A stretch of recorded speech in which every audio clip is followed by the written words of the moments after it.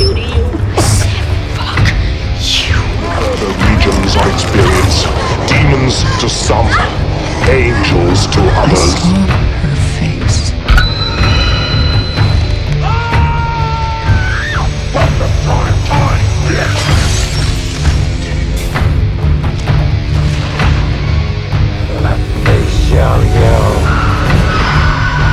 What's that like to live deliciously?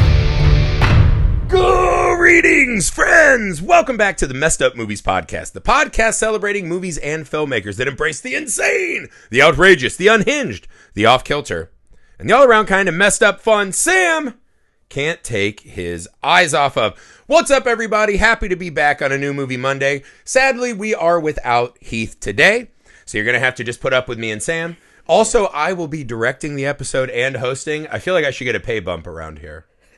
But neither here nor there. Sam, I'm sure you'll help eventually. Yeah, maybe someday.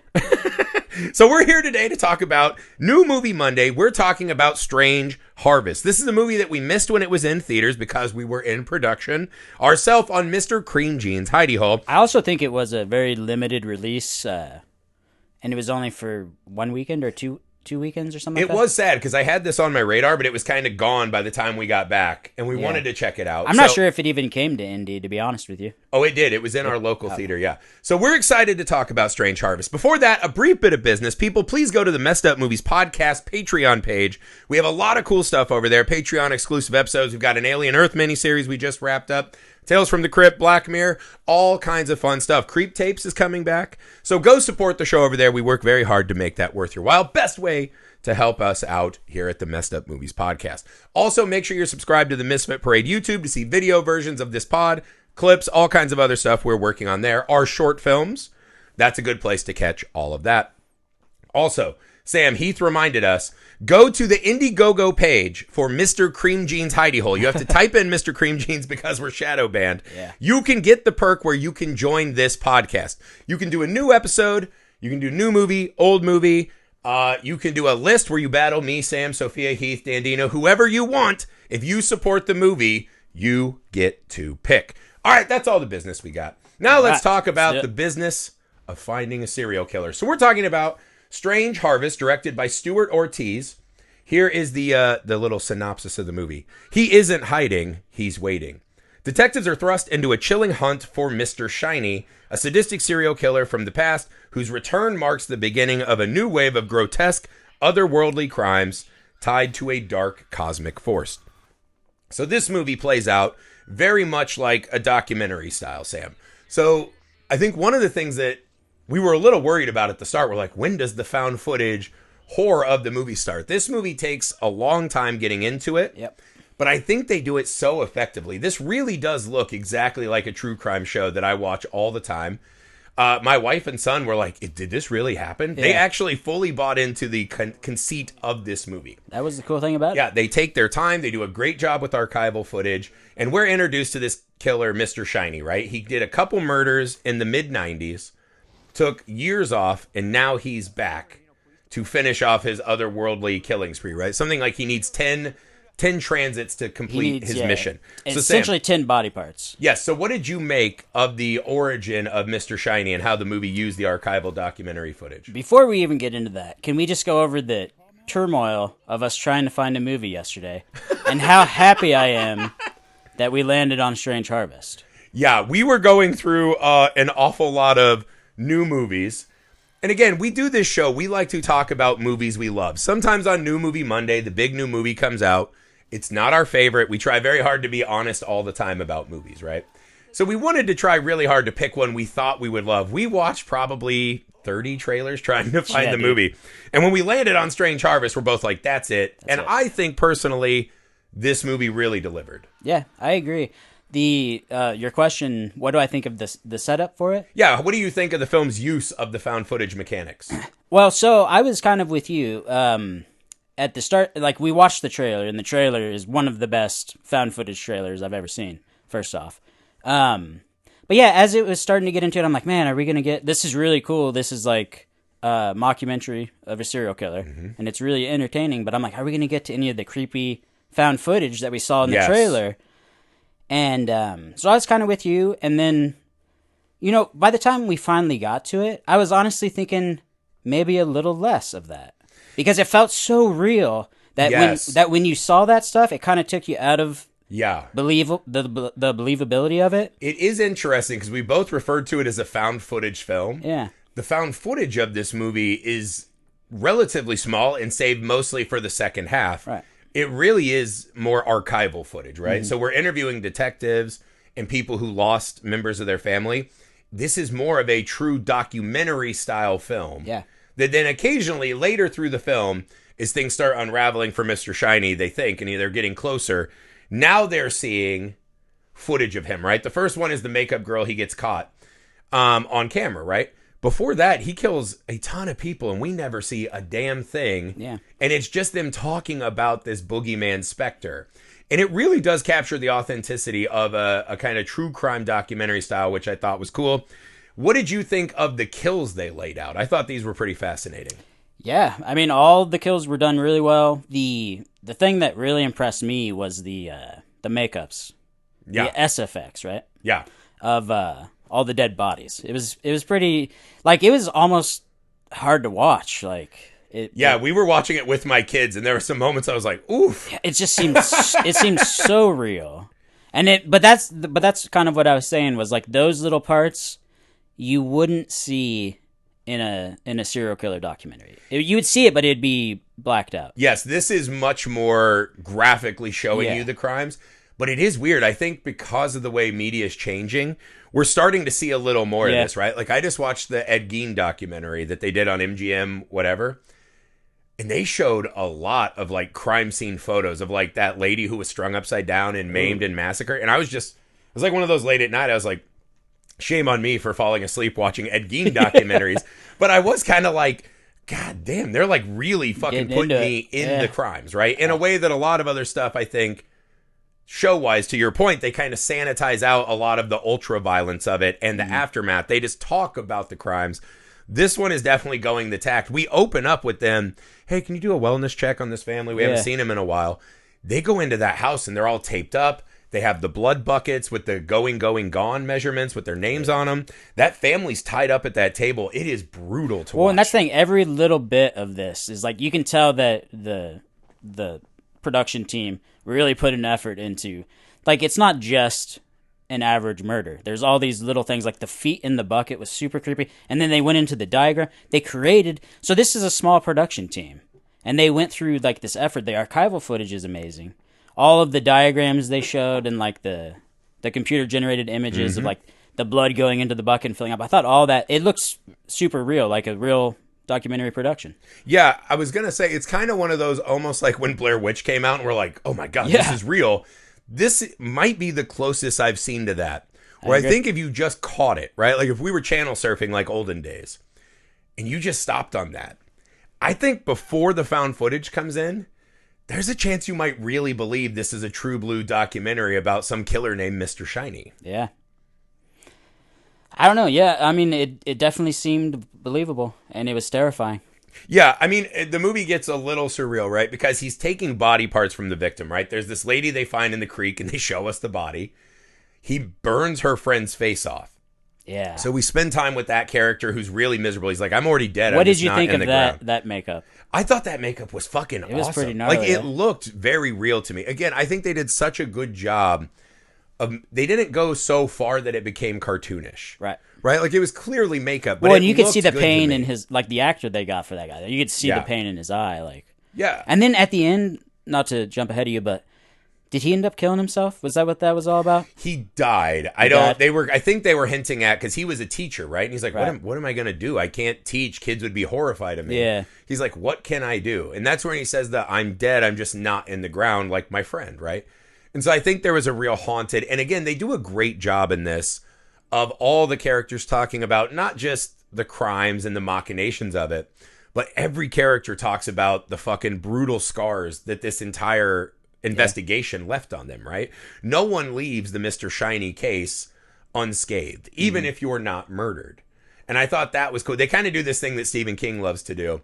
He'll always like start his books and some characters like, yeah, and that day we thought we'd lick 'em, but we were wrong. ... And it's like, so they start the next chapter and we already know it's not going to go well. Yeah. And the detectives kept doing that. And they're like, we thought this was our lucky day, but we were wrong. It I was did just wonder a man in a pool getting sucked dry by I was always like, leeches. and we had no information until. Yeah. And it's like, well, you just start with the until part. Yeah, you know?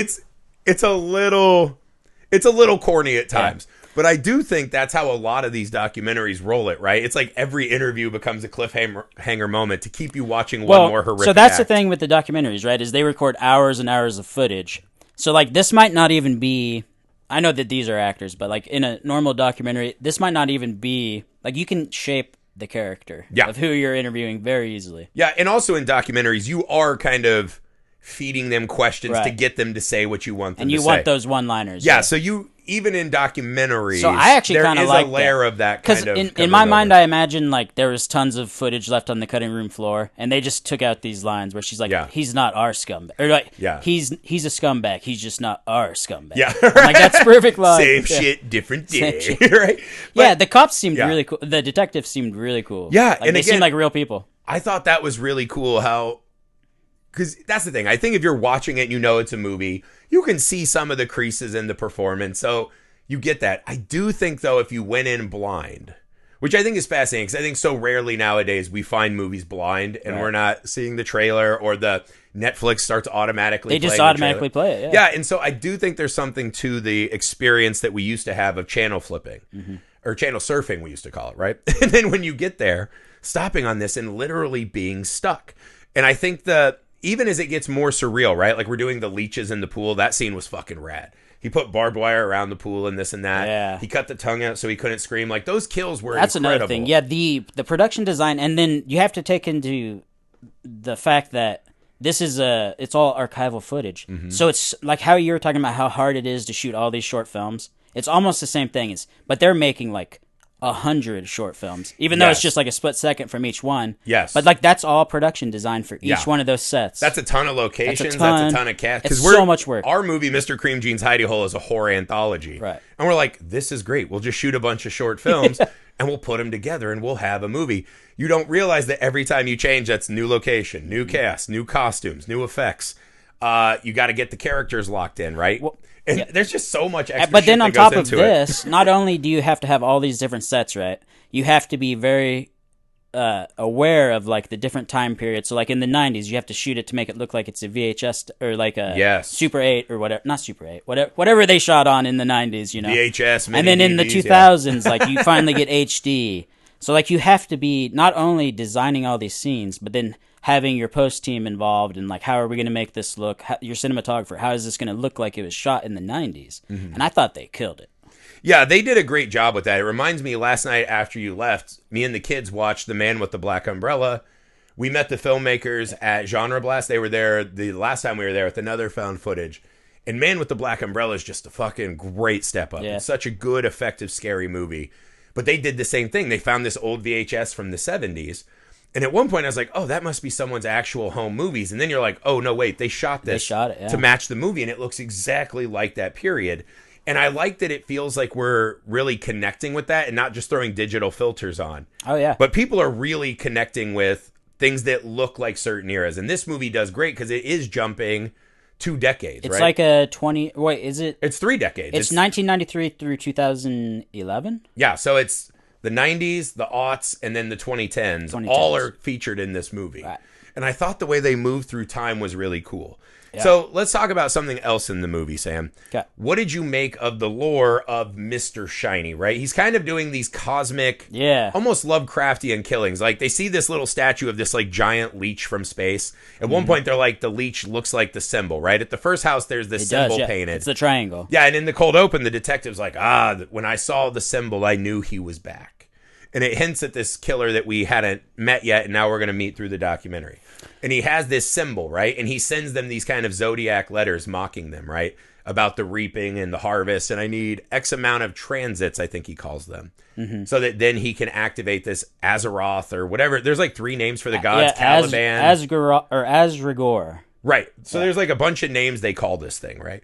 What did you make of the setup of this kind of otherworldly deity that was seemingly motivating these killings. See, I thought that was what gave it the extra little notch. Because, like, it's... Normal serial killers are really interesting, because it's like, why would a human do that? Yeah. But then you take a dude that you don't know if he's insane. By the end of the movie, you think he might not be insane. Like, you think that this might all be actually happening. I feel like the movie lands on specifically telling us that there was this religious entity affecting this man for sure. So the line of the detective where she's like, you know, the aurora, there's lots of weird shit in the sky. That didn't fool you? Yeah. Okay. No, not at all. We're literally watching it happen. Yeah, no. We're watching this thing in the sky, in the literal triangle of the planets that are aligning. Right. At the end of the movie, there's a post-credit scene where the detective now is going to the desert, Joshua Tree, where this guy hung out before he flipped out. And he talks about how he went in a cave and he had this vision and like the sound of rushing water. And that's what started all of this. I think the end of the movie, post-credits, being the detective going out to find that cave, is letting us know that Mr. Shiny will return in another form. We also talked about, there was the girl who had the seizure when the thing happened. I was like, why would you show that if that doesn't matter to the movie? We went back and paused it on her interview. Yeah. And this might just be a weird casting thing, but I find that hard to believe. There are 3 freckles in a triangle on her neck. Creepy, man. And she has freckles on her face, but I was like, did they really just find an actress and they turned her to camera where she just happened to have those freckles? No fucking way. This lady has been touched by Asgaroth. So she's been touched by like an eldritch being, right? Yes. So what do you take from that? Does that like make you go insane, or does that give you medical ailments? Well, I think what it is, and it's very Lovecraftian, right, is that people who go beyond like forbidden knowledge, essentially, right? When you go there, we're driven mad by knowing that these other things exist. It kind of unravels, in the time Lovecraft was writing, it completely unravels this kind of Judeo-Christian world that we live in. We look at everything through this white Jesus, white God. Is it because there's these other beings out there? Well, yes. Lovecraft was often writing about his hatred of minorities and immigrants, right? Okay. You know, he's not the greatest guy if you look back on him in today's context.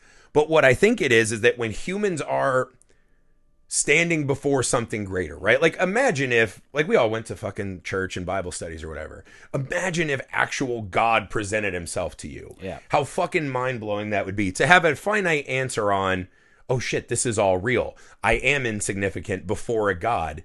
I think it breaks the mind, and it will allow you, and I think if you look through history too, a lot of horrible things have happened. Because people are like, well, I'm just doing what my God demands of me. Right. And I think honing that down into a serial killer becomes a really cool thing. So there have been people who killed because, you know, God told me to do it. What if that God was a giant fucking space leech? Yeah. And he demands you to take all these body parts and this and that. I thought it was really fascinating. I was really into the lore of the movie. Right. Well, and that's the thing is, like, it has to be real. Like, throughout the movie, you're thinking this guy's just crazy. Yeah. But then you see that at the end. But my question is, what does it do? Like, so you're gonna summon Asragor to Earth? Is that the idea? I think in theory it opens a gateway where now he can play in our realm. I don't know why, but like, you know, Cthulhu was sleeping. There's a lot of this kind of like portal gateway thing between. But worlds. then that also brings up the I was question. like, I thought he was going to inhabit the baby. Right, no. But then it looks like they were about to burn the baby on the funeral pyre, which is a wild thing to watch. As this guy's just maiming cops, he turns around to torch the baby. And I was like, they're not going to fucking do this, are they? Nope. But it seemed to me like the baby was going to be the vessel. But I think because he completed the ritual, what they're doing is they're saying now, essentially, we're worthy of him coming to this world and reaping. I think it's a being prepared thing. The thing is, he didn't complete the ritual. Right. But I think that's why you see that girl has the tattoo. She's been touched by it. She's been touched. So now she might hear the call to this God, right? The detective has been touched by what Mr. Shiny was and wanting answers. She saw the turtling of the God. Yeah, exactly. She saw its face briefly. But the guy's like, it's red eyes. It's red eyes. And you're like, but I think just the brush with what could be is enough to change and alter us at a very base level. So I think in a weird way, I would imagine if there's a sequel that these people are now becoming acolytes. Yeah. Like now you could have a cult of Azeroth who is, or Asgaroth, whatever the fuck his name is, Caliban. You could have a cult of these creatures, right? So now it won't be Mr. Shiny. It will be like a Mr. Shiny Manson family. Well, he's got a team, yeah. Yeah, exactly. Well, and they did bring up was this in this documentary where they brought up ritualistic killings in history Yes. and how people falsely equivocated Yes. Manson? Like they think Manson family was ritualistic. It wasn't. They were just putting shit on there to throw the cops off. And this But and you that. know, I do kind of disagree with that whole thing because I feel like a lot of the religious executions of the medieval era were ritualistic killings in a way. Yes, I think this gets back to throughout history there have been horrible, horrible atrocities committed in the name of this is what God demands. This is what God wants. So yeah, I think again it gives you cover to do all kinds of nefarious things. But this movie even hints at that there are elements of Mr. Shiny that seem like he is touched by otherworldly aspects, right? Like again, the moment they show his ID, Leslie whatever, you're like, that's a serial killer. Everyone who meets him everywhere in life is going to be like, that guy's not right. He's probably a serial killer. At one point, he kills the makeup girl, right? This is the first time we see him on camera with his mask, this and that. He kills her. He's not even worried about turning the video off. He doesn't even care at this point, right? He's kind of beyond reproach. He shoots her with a .22 small caliber gun. Mm-hmm. She survives, right? They take her to the hospital. There's cops everywhere. This guy is 6'5" and looks exactly like a fucking serial killer. Yeah. Is able to just get scrubs from another 6'5" nurse, I guess, walk into the hospital, schmooze the nurse, who's like, he knew the lingo, I guess that makes sense. And they would let him into this hyper secure floor. There's cops everywhere who know they're looking for a 6'5" gigantic guy. And he whose walks face right they've past seen. the detective. Yes, they do a media blitz. He walks right past the detectives, sight unseen, and he poisons her with the wrong blood type, right? With like bleach and blood. Which is, dude, that's a very creative way. It is, but again, it's like he didn't get a body part from her, so there's weird things Yeah, that there like are, we don't know. What was he collecting from her, I wonder? Right, but I think what they're hinting at is that because he's touched by this god, because one of his high school classmates said that too, is like a lot of them couldn't remember him. Right. So I think there's something about this god is giving him a bit of cover to exist in the world, which is weird that the homeless guy outside of the latte place was able to remember him so clearly. I'm telling you, man, homeless people, if you want information, go hit up the homeless people. Yeah, they're paying attention. They're paying attention. I They're mean, they're paying just always attention. out there, yeah. They're like our eyes on the street, They're right? the eyes on the street. They are the on the Haven't you ground seen beat The Wire, reporter. man? Bubbles was the best PI. Or not PI, but what's it? Yeah. Informant. whatever. Informant, yeah. But again, I do think they're hinting at he has these otherworldly abilities, right? Now we're in the section of the movie where we've laid all this mystical groundwork. Now we're seeing Mr. Shiny in action. We see him kill that lady. He runs and kills that guy willy-nilly at the fucking donut shop. A security guard catches him.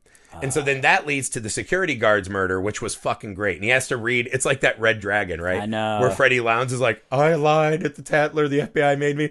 And he's just like, do you see? Do you see? And then next thing you know, he's a fucking flaming wheelchair corpse. Dude. But he made him read this letter and then murders him on camera. And they talk about how he wanted to send a message that because he tried to interfere, he's punished. This is where they made him the Blood Eagle. Right? They tied him up on a fucking little kid's insane. playground. Dude, yeah, the effects, man. Oh, so good. Right. The only critique I had of this section of the movie is we're seeing Mr. Shiny. I do have to say, the Mr. Shining using a gun seems super lame to me. That did kind of didn't seem to fit the Seven style killing in the opening. And with, if we're the getting buckets. nitpicky, he's not wearing gloves in any of the scenes with Well, they Mr. did Shiny. that. They're like, we've never found a fingerprint. He's always wearing a hazmat. And you're like, I see him. He's dressed like a fucking construction He's dressed worker. like Michael Myers. He's got the Michael Myers. He's got like a Carhartt and jeans, and he never has gloves on. But like that's why we've never found a fingerprint. I'm like, he's definitely leaving fingerprints. He does have a mask, though. He does have a mask. Yeah. But again, it's one of those. Also, like he kills a security guard. There's no body part. I think they mention the girl in the hospital. He didn't get a body So the part from security her. guard was just for revenge because that guy was the guy that Right, but I think if you're doing this like transit thing, yeah. Every kill should have a meaning, right? Now that he's just like wantonly destroying, I feel like it took a little bit out of the kind of astrological, right? Also, they find that safe box where he leaves his fucking key to his storage unit where he has all of his shit. Wouldn't that be his home base? Like eventually they get all the body parts and the body parts don't matter. He doesn't have them for the end of the movie. Well, okay, so I was thinking about that too. And that is actually kind of a smart decision by him. Okay. Because here's the thing, if you get arrested, so say that they did figure out who he was, and he had the key on him, they would take that into custody, and then they could go search it. So I think having the key hidden was actually pretty smart. But Because who the hell would... He knows they're already at the house. They know they're going to find the I know, house. but that's such a good hiding spot. Who would think that like they're going to cause the fuses to blow and they're going to have to check... I feel like the cops, if they didn't find that, would be full of shit. Really? That's crazy. It's behind the fuse box, dude. You think they're not fucking touching everything in there, looking for anything? This guy's done these brutal serial murders. The people of the town are turning on them hard. So, but here's the other thing. I don't think he worried about a homeless person ratting him out. So I don't think he thought they were ever going to make... Because he put the freaking triangle above his door, too, which is a dumb thing to do if you're trying to steal him. Yeah. So I think he was very, like... he had a lot of... what's it called? Where he didn't think he was going to fuck up. Arrogance, yes. I think what they're setting us up with... I thought that him letting them find the storage unit was part of his plan. I feel like the thing on the door was part of his plan. Like, he seems like he was so far ahead, and he obviously has the gift of this ancient god. I just didn't think the storage unit led to anything like, oh, that's why he let them find it. Because there was a small part of me that's like, what if this is a... Trap. Not even trap, right? What if he wants them to know so that they can spread the word of this god and create more acolytes? That's not a bad... That's actually a good way to think about it. Yeah, again, but I think... That's the thing. We never know what this god wants, how it's going to manifest in this world. What is the purpose, right? They have that mom who talks about no one's truly dead until you stop saying their names. Right. And she talked about Dahmer, Gacy, Bundy. They live forever because all we do is talk about them. them. And now Mr. Shiny's going to live forever. And now Mr. Shiny's going to live forever. And as we start going through and dissecting why he does these things, which we're obsessed with doing, more people are going to be on this path. More people are going to be looking for the cave. More people are going to be trying to read about this ancient god. That's why I think we're getting to this kind of like the cult of Asgaroth or Caliban, whatever. But again, I feel like they didn't sell that, like him letting them find that storage unit. They're going to find it. Why would he not have that key on him? Yeah. He seemingly has to go there to do work all the time. Yeah. Like, why wasn't he hiding out there? It just felt like one of those, I thought it was going to tie up more and it didn't. Because they also do the like, well, Mr. Shiny's on the run. He's scared. He's just grabbing people wantonly. He grabs his baby. Like, almost like he's unraveling. Well, I don't... And it didn't feel like that at the end. I don't think so. So one of two things has to be true, right? So either he was never intending... He was always intending to get caught, like what you said, to spread the word of Asgaroth. Or, alternatively, he was so close that once Caliban or Asgaroth arrived, it wouldn't matter. Mm-hmm. So it's got to be one of those two things. Yeah, I kind of like the idea of spreading it because I want this to be the new Hell Hell. I want this to be a fight. I think this could be the next Hell House. This is such a great start to a franchise. And just keep expanding. And it does ask us a lot of questions, and there's kind of this. It's left a little open ended, and we do get this brush with the supernatural that like this cosmic entity but not too probably much. exists. Yeah, it's just a little taste enough that people can be like, "Oh, I don't buy that. I see that shit on YouTube all the time on Russian dash cams and shit." You do. That's the thing is you really do see that shit. And so I think. Again, I think at the end we see he's not unraveling as much as we think, right? He does somewhat want witnesses. Like when he lays the ambush for the cops. When he's sending them letters. Yeah, exactly. So he wants something. There is an element of preaching to this that I thought was cool. And I thought the final payoff of him, you know, out in the woods with the pyres and the baby and shit, it was a really powerhouse ending. Because I know you talked about you weren't 100% sure you loved how it ended.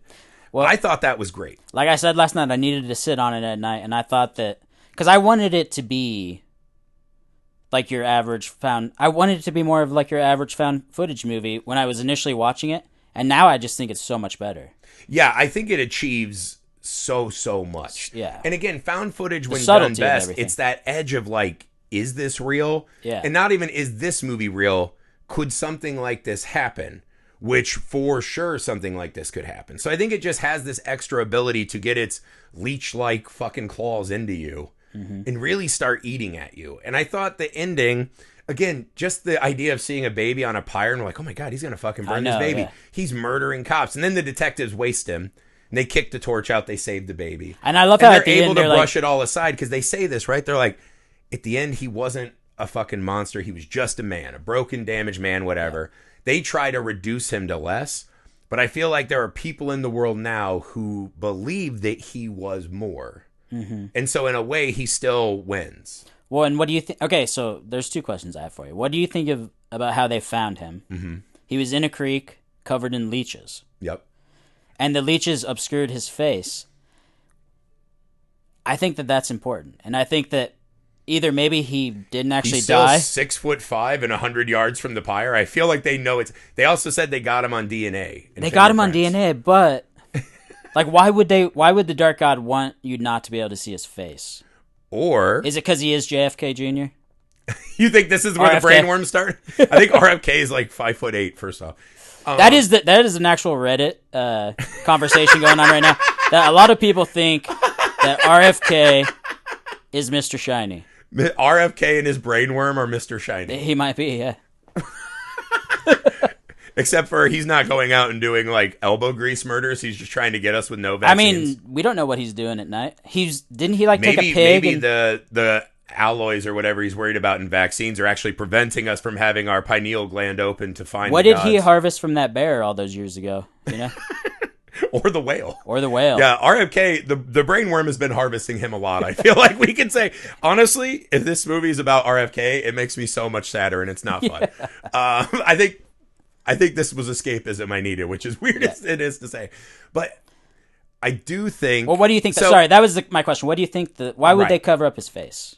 So I think there's a way to read this that when he dies, the leeches eat his face. I think what they're hinting at is that it's one more kind of supernatural flourish on this crime spree. It's another, what is it? Are the leeches important? I think you can almost read it as now he's going to join his god. That he's a martyr for this god. He's the first great prophet of this god, whatever religious terminology it is. Actually, what I was thinking was, I just thought of this, was what if that's the god's way of saying that the person who this was doesn't matter. Only thing that matters is Mr. Shiny. The only thing that matters is the god. Like his personage, like who he was before all this, he's not that person. Yeah, I mean, I think that's a great read, right? Because again, it's keeping it on the fact that this is bigger than just a former fence builder who went nuts. There is more to this. He steals this book from Germany, right? He's done this international travel. He has a mission, right? Like Dahmer just wanted sex and then started eating people, and he wanted to essentially to make people into zombies he could control. Right? He wanted to make sex zombies that would just sit there docile and he could use at his own leisure, right? This is so much more than that. This is so much more than a base human carnal need. That I think the leeches become one more example of this case is touched by something different, right? And I think once you have that wound, right? Like, you know, when a wound is healing, you're always scratching at it. Right. I think that's what Mr. Shiny did, is he put a wound in our reality that now other people are going to pick at, and the detective's picking at it. And more people are going to follow Mr. Shiny after this. Wow. So do you think that this was just the plan to begin with? I don't know that it was the base plan, right? Because again, we never know what form that's going to mean that he takes the god, right?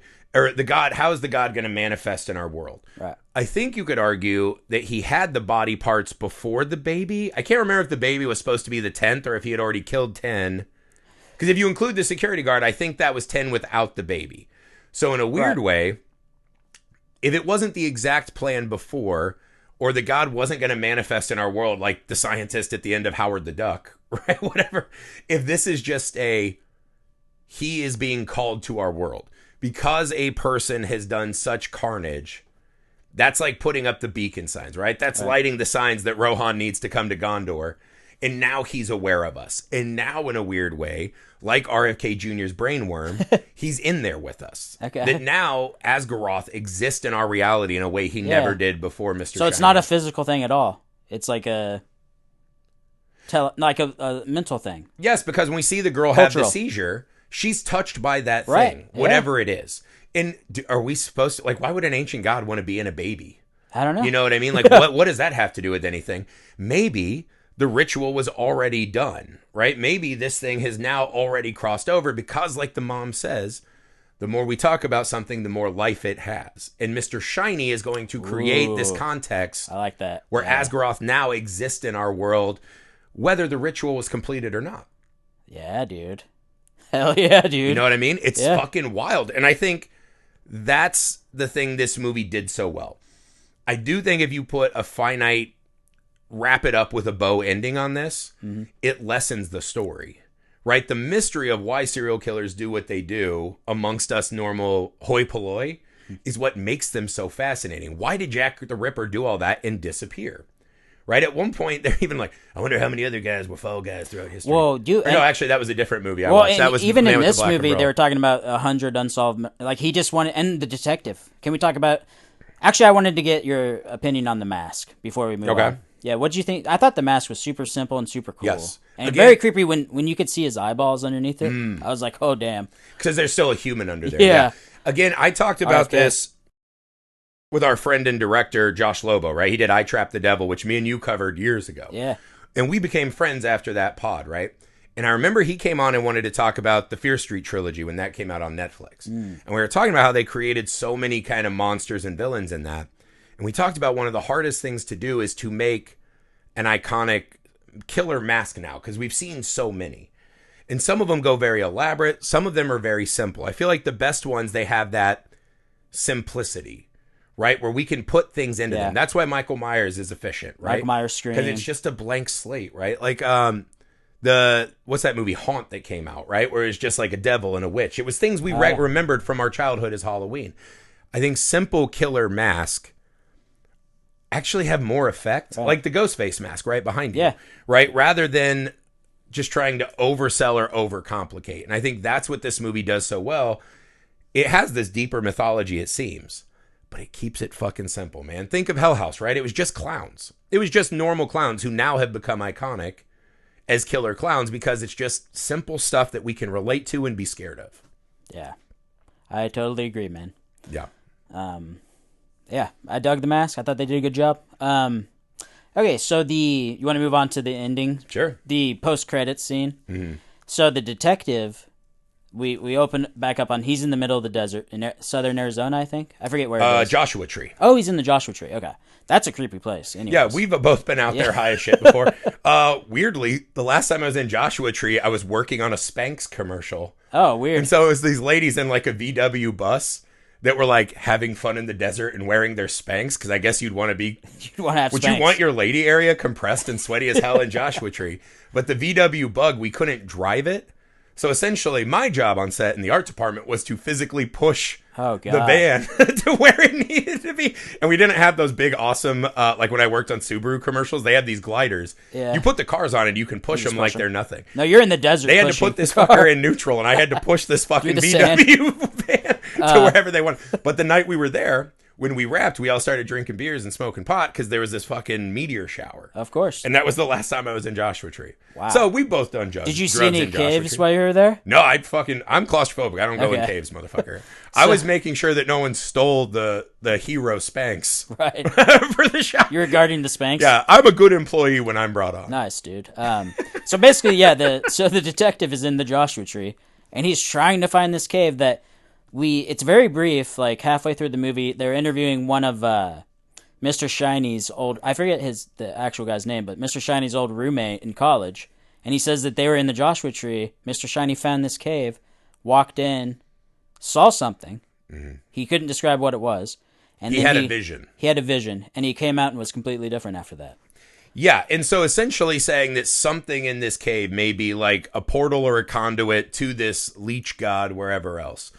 At the end, after the post-credit, because we kind of ended and we're both like, God, there's got to be something else. Yeah. We scrolled through the credits, and there it was. There was another scene, and it's the detective who's like, I've tried this cave, I've talked to locals. There's something off about this place, and it's kind of these big, soft-edged rock area. So I think they're hinting at that if we're lucky enough to get a sequel, Yeah. I think the detective is going to peel the wound, and then it'll be the detective who chased Mr. Shiny Is Mr. Shiny. became crazy and is Mr. Shiny. It's kind of a jigsaw thing, right? Where like his victims sometimes start working for him, and this Amanda was. And then it's still gonna keep you in suspense if they do it right, to where you don't know if it's real yet. Because is this just a crazy detective that's gone too far?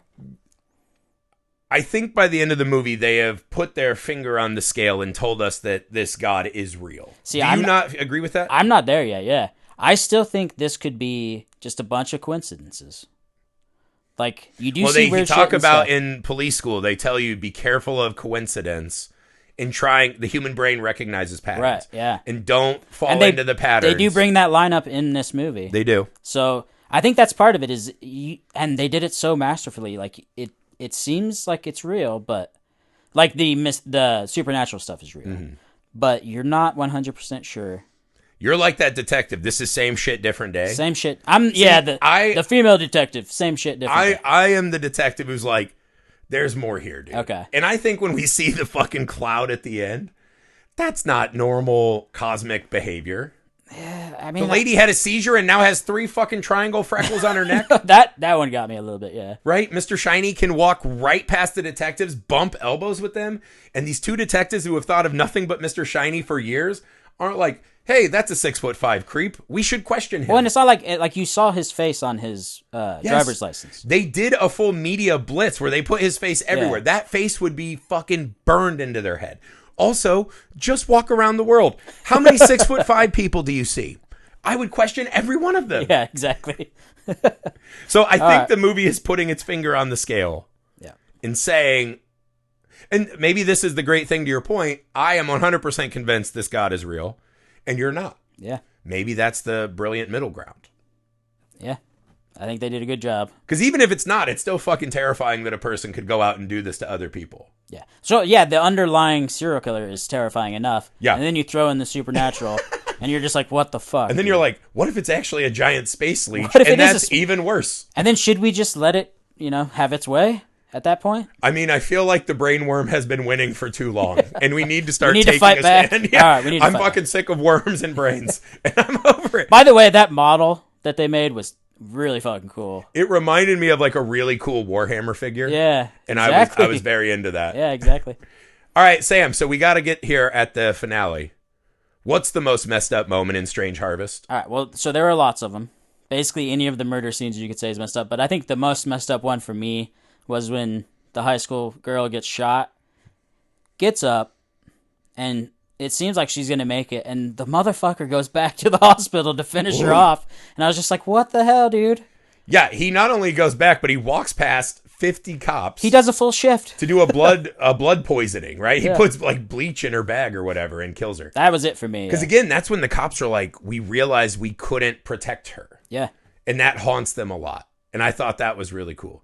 If I had to pick my most messed up moment, I think you have to go with at the end when Mr. Shiny's just running through the forest with a baby. Yeah. And then at the end, he's built these like triangular pyres, right? Right. They're like pyramid shaped pyres. And the baby car seat is on that fucking pyre. And the cops are like, what the hell? Boom. And he fucking wastes a cop and he starts laying siege to all the other cops. Because they even show the cop who's now in a wheelchair, who's like, I don't care if you call me a coward, man. Like, I would not have gone into the woods. The cop was so scared by everything he saw, that serial killer looming over him, the shape in the sky. He's like, I would have let that baby die. Yeah. That is a wild admission at the end of the movie. And I think the idea of this kind of ancient god coming down from the clouds, mixed with the baby, mixed with the cops assaulting, it's a real powerful way to wrap up this story. Because I know we were both watching and we're like, how can this land the plane? This moment did everything for me. Pretty epic ending. Yeah. Yeah, the scene and the bullet work, like everything was. The scene where they get ambushed by the guy. Yeah. It was just The only thing in the movie that when I look back didn't work for me, I think if you're a cool leech god murderer, like you can't go from burying a guy in a pool with leeches you've raised forever to 22. then just shooting a fucking makeup tutorial girl with a little tiny gun. That seemed a little too small for me. But I mean, the imagery there, like I get, like the blood, shooting into the wall, and then him using the blood to make the triangle. Oh, that was like cool. The imagery was really good. It's just the weaponry. Like, give him a magnum or something, dude. But then she couldn't live, so I get why they did it. Yeah. How about like a fucking sickle, right? He's reaping, he's harvesting. Give him How's some she gonna farm live equipment. through she needed a weapon that she could live through, though. You could get hit with a sickle and not die. Like if someone hits you in the arm, you're not going to die from a sickle. Yeah, but he would know that.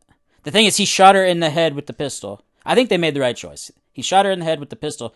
Obviously, she's dead, right? No. It's a 22. It's not like he's carrying around a fucking dirty, hairy gun. Well, that's what I'm saying. Yeah. I think that, yeah. Okay, I get your point. That was. I'm just saying, if you maybe that's the one flaw. If you were the harbinger of an ancient god, You got to have a cool gotta have a thematic sickle. weapon. You gotta have an Yeah. axe or something. All serial killers have their thematic weapon, Right. and I think a His is a 22 is a little lame pistol. one. Yeah, he goes from shooting a guy with a 22 to doing a fucking blood eagle on a kid's But playground. dude, Mr. Shiny's sophisticated. He makes it in the Middle East and Europe, no problem. Like, Yes, because he he's uses a fucking touched by sophisticated. an ancient god. You think he just fucking learned Arabic? I think he did. He's granted the powers of a god. Well, the god chose him for a reason. Yes, because he is now on Earth to do his duty. And don't you think that ancient god's like, oh, a 22, a purse gun? Lame. He's like, you are representing me out here. The god might not know that much about guns if it's that old, you know? They'd be like, just get a gun. Any gun will work. It's why they have a dress code in the NFL. Yeah. You need people to represent you properly. You know what I mean? Carrying Okay. around a little purse gun is not good enough for a killer of this magnitude. All right, I do agree with you on that. Yep. All right, that's it for Strange Harvest. I would give this a straight 4 out of 5. This is one of my favorite horror movies of the year. I'm so glad we finally got to watch it. You guys should watch it too. Also, please, if you can help out the pod, go to the Messed Up Movies Podcast Patreon. The best way to support the show, help us grow. We have tons of extra fun stuff over there for you. Make sure you're subscribed to Misfit Parade's YouTube channel. Make sure you go to Indiegogo and specifically type in Mr. Cream Jean's hidey hole so that you can buy the perk where you can join the pod. You can talk about a new movie, an old movie. You can do a film festival draft with any of the hosts that you choose, as long as you help us make our movie. More than anything, thanks for the time. We'll see you next Monday.